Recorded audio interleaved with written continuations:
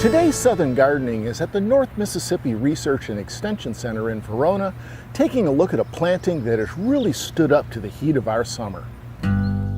One of my first favorite flowers for the landscape were the narrow-leaf, also called threadleaf zinnia, known botanically as Zinnia angustifolia. These are the forebearers of the newer Profusion and Zahara zinnias.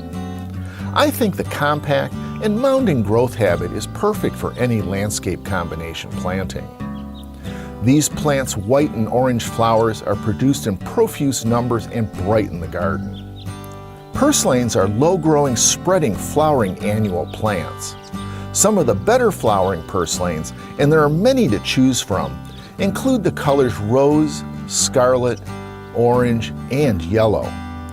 The plants have a tropical look and put on a show with flowers up to 1 inch wide. The flowers will also close in the afternoon or on cloudy days.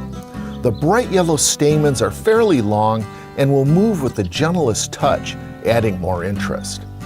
The stems are purplish-green and the leaves are bright green.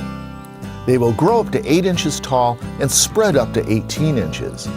These were spaced about 12 to 15 inches apart when planted in the spring.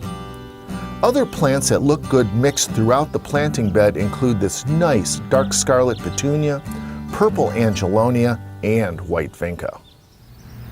Choosing the right flowering summer annuals will pay off all the way through the fall season. I'm horticulturist Gary Bachman, and I'll see you next time on Southern Gardening.